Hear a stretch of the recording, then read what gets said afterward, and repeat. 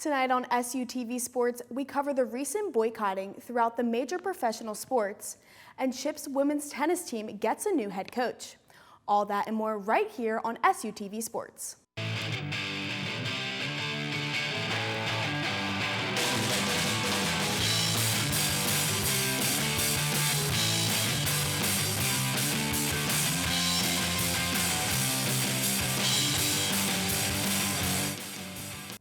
Starting off in Chip sports, Dr. Allison Feeney was named head women's tennis coach today. Feeney previously served as the team's faculty athletic mentor during the 2019-2020 season. She is an active adult league competitor as she plays a mix of singles and doubles in regional and district tournament competition. Feeney is in her third year as a full-time professor and her 23rd year as an overall professor of geography and earth science at Chip. Moving on to men's basketball, Justin MacArthur, a 2018 Chip graduate, has reached an agreement to play professional basketball in Lithuania. The NKL is a second-tier league and consists of 14 teams. MacArthur is the best three-point shooter in Shippensburg's history. He also holds school records in single-game three-point accuracy, single-game free throw percentage, as well as the record for single-season three-pointers. Last season, MacArthur served as Chip men's basketball assistant coach. Coach Fight stated, quote, "He is one of the best players to have come through this program, and he has worked extremely hard for this opportunity," end quote. MacArthur plans to head overseas in September. A total of 85 student athletes were recognized with the 2019-2020 Division II Athletic Directors Association Academic Achievement Award. In order for student athletes to achieve this award, they must maintain a cumulative grade point average of 3.5 or higher on a 4.0 scale. They must also be a veteran in their sport, meaning they have completed a minimum of 2 years at a 2-year or 4-year institution. Athletes must also be considered active members of their intercollegiate team. Congratulations to all the student athletes on this outstanding achievement. Student athletes are back in the weight room this week. Although the NCAA canceled fall 2020 championships, athletes are continuing to work hard in hopes for a spring season. Before athletes arrive, they are required to complete a form that addresses COVID symptoms. Upon arrival, student athletes get their temperature checked as well. During their workout, masks must be worn in the weight room and on the turf field, and athletes must be socially distanced. Coach Kerstetter, the strength and conditioning coach at Chip, is working hard to follow protocols to keep everyone safe. Moving on to NCAA college football. Recently, a lot of star college football players have decided to opt out of the 2020 college football season due to the pandemic and preparing for the upcoming NFL draft. SUTV's Nolan Hoffman has the story. Huge news coming out of the SEC yesterday as Jamar Chase, the star wide receiver for LSU, has decided to opt out of the 2020 college football season due to the pandemic, of course, and deciding to focus strictly on the upcoming NFL draft, as Chase is expected to be a top 5 pick. I certainly believe, and a lot of experts believe. But he does this at a very awkward time since college football is right around the corner, and probably took LSU maybe a little bit off guard since they were probably expecting him to play, since it came at a pretty awkward time as we're talking. But Chase isn't the only one high-profile player to opt out of the 2020 season. Of course, Rondale Moore from Purdue, running back Kennedy Brooks from Oklahoma, and of course Michael Parsons from Penn State, and Rashawn Bateman from Minnesota.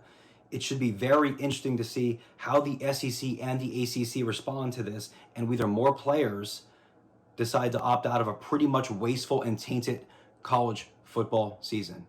Nolan Hoffman reporting here with SUTV News.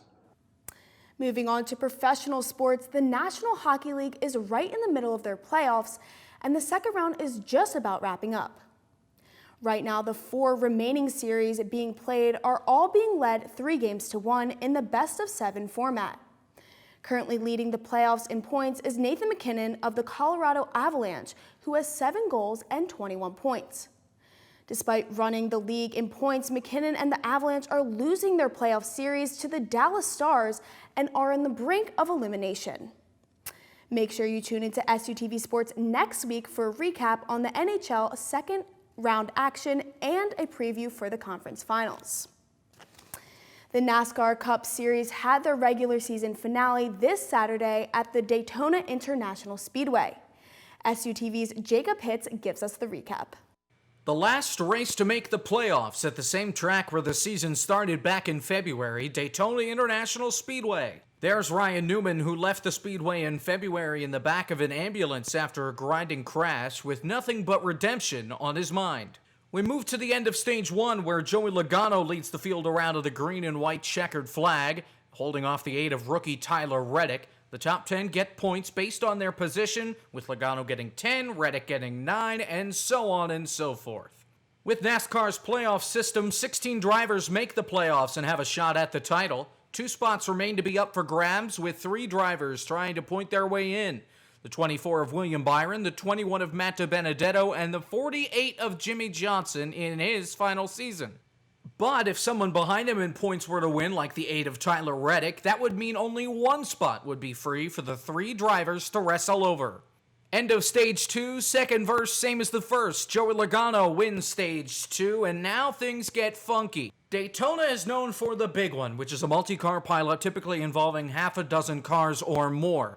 Here, 8 laps to go, the 8 of Tyler Reddick takes the lead, tries to clear the 18 of Kyle Busch. He cuts it a bit too close. Busch hits the wall. He gets turned by his teammate in the 20, Eric Jones. Jones goes around and calamity ensues. 9 cars in total involved in the accident, including Reddick, Kyle and his brother in the 1 car, Kurt Busch, Jones, Ricky Stenhouse, Austin Dillon, Ryan Newman, Ryan Preece, and Michael McDowell all get a piece. The 3 drivers on the playoff bubble, DiBenedetto, Johnson, and Byron, they all make it through, albeit barely, to continue racing. Then 2 laps to go. Logano and the 11 of Denny Hamlin make contact. Logano hits the 43 of Bubba Wallace. Byron sticks it up the middle 4 wide, and calamity ensues once again. Logano goes up into the wall. He collects the 42 of Matt Kenseth, the 8 of Tyler Reddick, the 96 of Daniel Suarez, among others. And yes, there you see the 48 of Jimmy Johnson, ultimately ending his chances at racing for a record-breaking 8th title. Just like the Daytona 500, we get NASCAR overtime. After not 1, not 2, but 3 crashes on the last lap, William Byron leads the field around with his teammate Chase Elliott in tow, winning his first career NASCAR Cup Series race in his 3rd season. With the win, this locked Byron into the playoffs, and DiBenedetto would make it since he was able to cross the line with everybody else as Johnson limped his mangled race car across the line way back behind the leaders. But for Byron, it was all celebration and jubilation from Daytona after becoming the 2nd ever driver to win in the number 24 in the Cup Series. Jeff Gordon winning 93 times in the number 24 over his career from 1994 to 2015. For SUTV News, I'm Jacob Hitz. 10 races remain on the Cup Series schedule. They'll be at Darlington Raceway in South Carolina on Sunday night for the Cookout Southern 500. Race starts at 6 o'clock on NBCSN. In the wake of the shooting of Jacob Blake, players decided to boycott their games last week. The Milwaukee Bucks were the first team to protest on Wednesday when they refused to take the court for Game 5 of their playoff series with the Magic.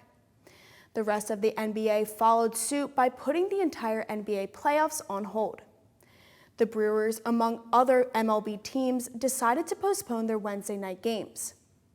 The NHL players made the choice to postpone all games on Thursday and Friday before addressing the media on how they feel about the current state of the country.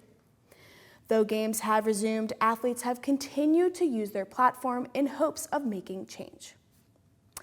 And that will wrap things up here for SUTV Sports. I'm Mackenzie Mitchell. Make sure to tune in next week for more updates on Raider athletics and much more. Have a great rest of your week, everyone.